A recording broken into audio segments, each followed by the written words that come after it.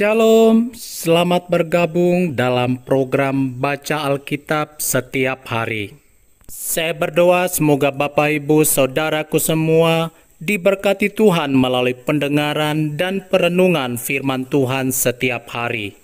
Selamat mendengar dan merenungkan. Tuhan Yesus memberkati.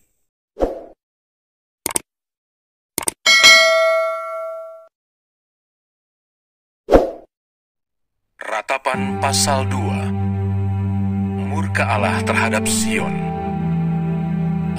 Betapa Tuhan menyelubungi putri Sion dengan awan dalam murkanya. Keagungan Israel dilemparkannya dari langit ke bumi. Tak diingatnya akan tumpuan kakinya tatkala ia murka. Tanpa belas kasihan, Tuhan memusnahkan segala ladang Yakub.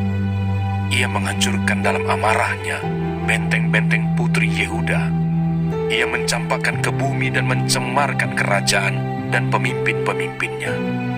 Dalam murka yang menyala-nyala, ia mematahkan segala tanduk Israel, menarik kembali tangan kanannya pada waktu si seturu mendekat, membakar Yakub laksana api yang menyala-nyala, yang menjilat ke sekeliling.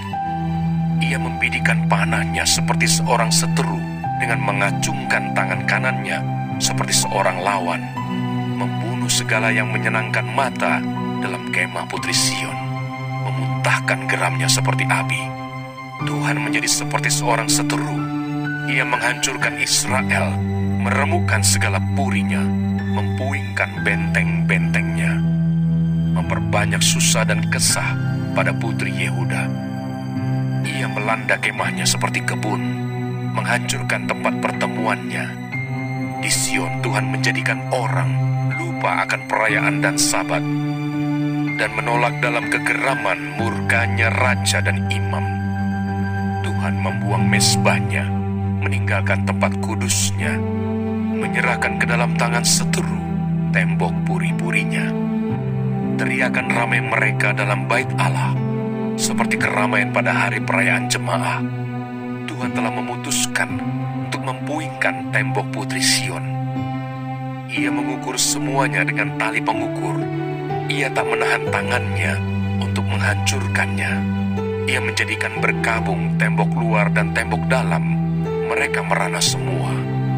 Terbenam gapura-gapuranya di dalam tanah.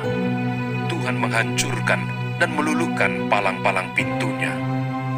Rajanya dan pemimpin-pemimpinnya berada di antara bangsa-bangsa asing. Tak ada petunjuk dari Tuhan.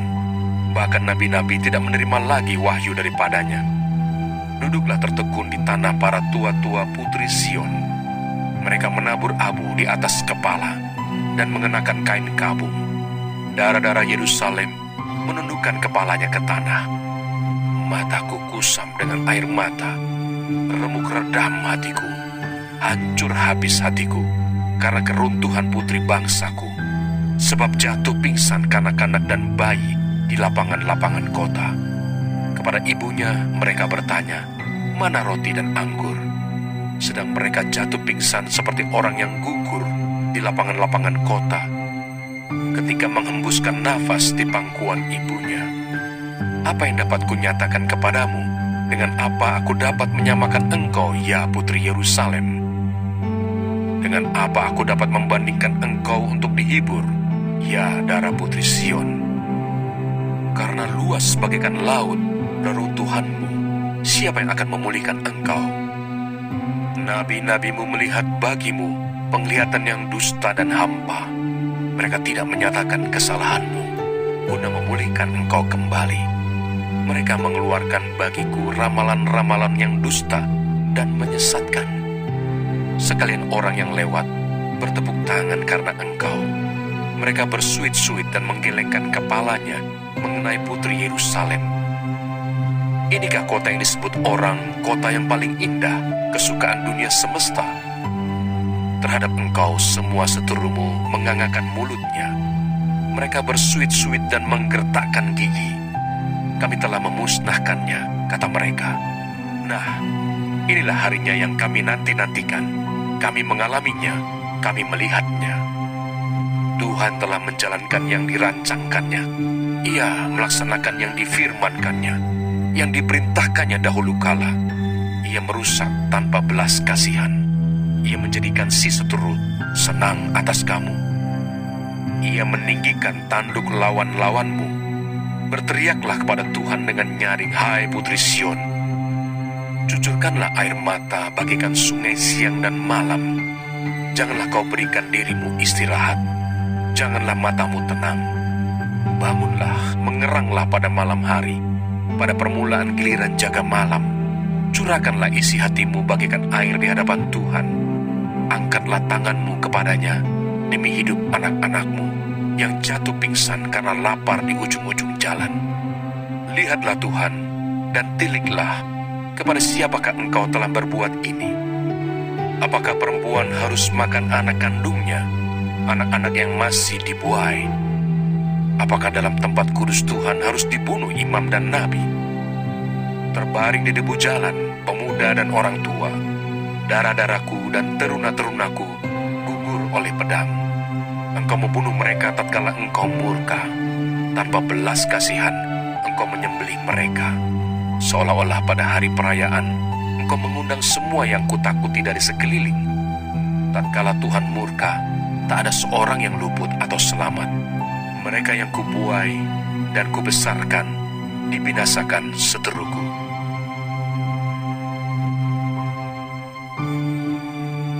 Ratapan pasal 3. Penghiburan dalam penderitaan. Akulah orang yang melihat sengsara disebabkan cambuk murkanya. Ia menghalau dan membawa aku ke dalam kegelapan yang tidak ada terangnya. Sesungguhnya aku dipukulnya berulang-ulang dengan tangannya sepanjang hari. Ia menyusutkan dagingku dan kulitku, tulang-tulangku dipatahkannya. Ia mendirikan tembok sekelilingku, mengelilingi aku dengan kesedihan dan kesusahan. Ia menempatkan aku di dalam gelap seperti orang yang sudah lama mati. Ia menutup segala jalan keluar bagiku. Ia mengikat aku dengan rantai yang berat. Walaupun aku memanggil-manggil dan berteriak minta tolong, tak didengarkannya doaku. Ia merintangi jalan-jalanku dengan batu pahat dan menjadikannya tidak terlalui. Laksana beruang ia menghadang aku, laksana singa dalam tempat persembunyian.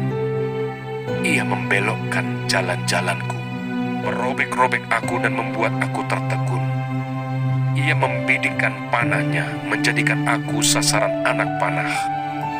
Ia menyusupkan ke dalam hatiku segala anak panah dari tabungnya.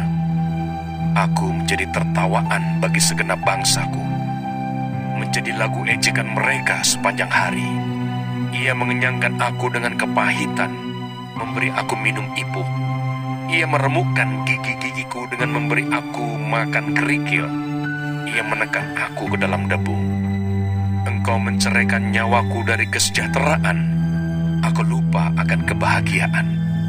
Sangkaku hilang lenyaplah kemasyuranku dan harapanku kepada Tuhan.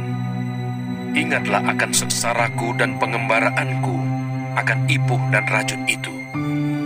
Jiwaku selalu teringat akan hal itu dan tertekan dalam diriku. Tetapi hal-hal inilah yang kuperhatikan. Oleh sebab itu aku akan berharap.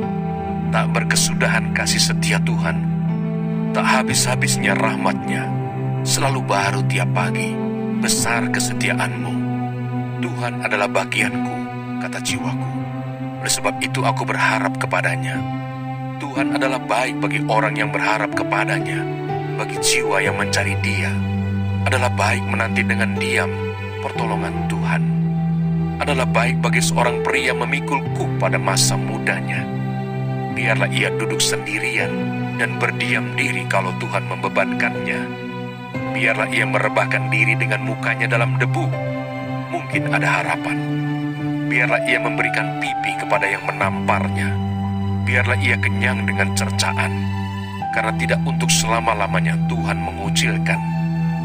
Karena walau ia mendatangkan susah, ia juga menyayangi menurut kebesaran kasih setianya. Karena tidak dengan rela hati ia menindas dan merisaukan anak-anak manusia. Kalau dipijak-pijak dengan kaki tawanan-tawanan di dunia, kalau hak orang dibelokkan di hadapan yang maha tinggi, atau orang yang diperlakukan tidak adil dalam perkaranya, masakah Tuhan tidak melihatnya?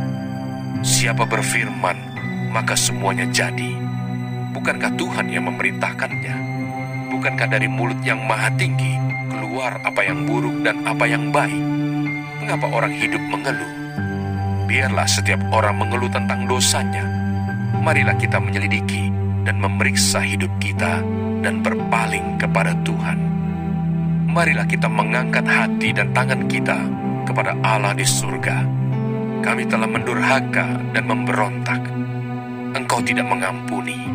Engkau menyelubungi dirimu dengan murka, mengejar kami dan membunuh kami tanpa belas kasihan. Engkau menyelubungi dirimu dengan awan, sehingga doa tak dapat menembus. Kami Kau jadikan kotor dan keji di antara bangsa-bangsa. Terhadap kami semua, seteru kami mengangangkan mulutnya. Kejut dan jerat menimpa kami, kemusnahan dan kehancuran. Air mataku mengalir bagaikan batang air karena keruntuhan putri bangsaku. Air mataku terus-menerus bercucuran dengan tak henti-hentinya, sampai Tuhan memandang dari atas dan melihat dari surga. Mataku terasa pedih oleh sebab keadaan putri-putri kotaku. Seperti burung aku diburu-buru oleh mereka yang menjadi seteruku tanpa sebab. Mereka melemparkan aku hidup-hidup dalam lubang, melontari aku dengan batu. Air membanjir di atas kepalaku, kusangka binasa aku. Ya Tuhan, aku memanggil namamu dari dasar lubang yang dalam. Engkau mendengar suaraku. Janganlah kau tutupi telingamu terhadap kesahku dan teriak tolongku. Engkau dekat, tatkala aku memanggilmu. Engkau berfirman, jangan takut. Ya Tuhan, Engkau telah memperjuangkan perkaraku. Engkau telah menyelamatkan hidupku. Engkau telah melihat ketidakadilan terhadap aku, ya Tuhan. Berikanlah keadilan. Engkau telah melihat segala dendam mereka, segala rancangan mereka terhadap aku. Engkau telah mendengar cercaan mereka, ya Tuhan, segala rancangan mereka terhadap aku, percakapan orang-orang yang melawan aku, dan rencana mereka terhadap aku sepanjang hari. Amatilah duduk bangun mereka. Aku menjadi lagu ejekan mereka. Engkau akan mengadakan pembalasan terhadap mereka, ya Tuhan, menurut perbuatan tangan mereka. Engkau akan mengeraskan hati mereka, kiranya kutukmu menimpa mereka. Engkau akan mengejar mereka dengan murka dan memunahkan mereka dari bawah langit, ya Tuhan.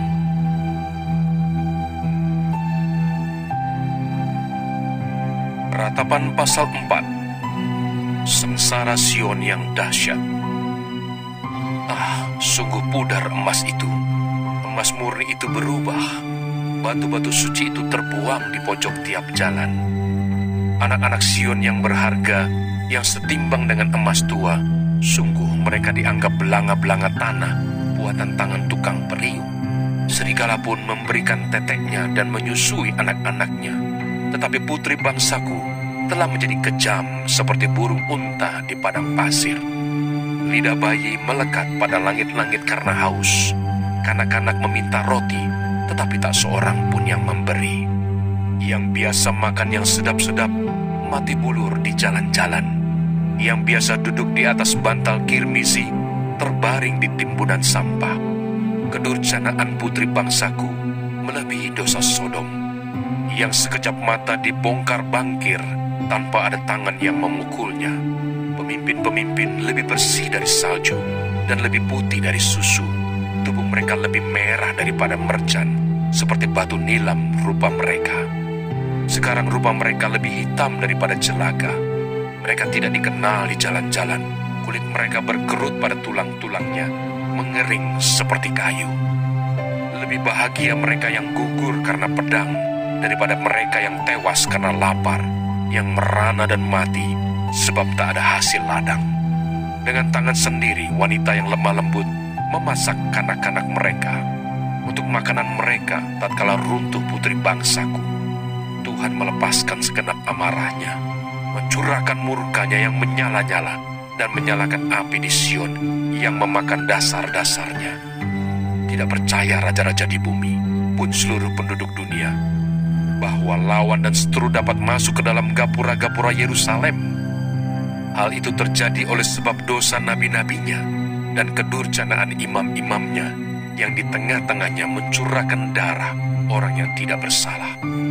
Mereka terhuyung-huyung seperti orang buta di jalan-jalan, cemar oleh darah, sehingga orang tak dapat menyentuh pakaian mereka. "Singkir, najis," kata orang kepada mereka.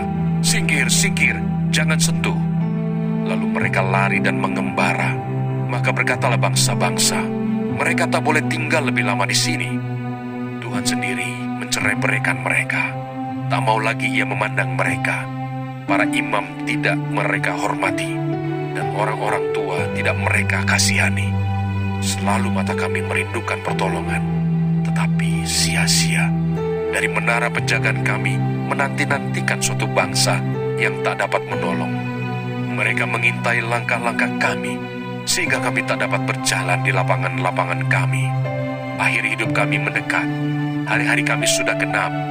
Ya, akhir hidup kami sudah tiba. Pengejar-pengejar kami lebih cepat daripada burung Raja Wali di angkasa. Mereka memburu kami di atas gunung-gunung, menghadang kami di padang gurun.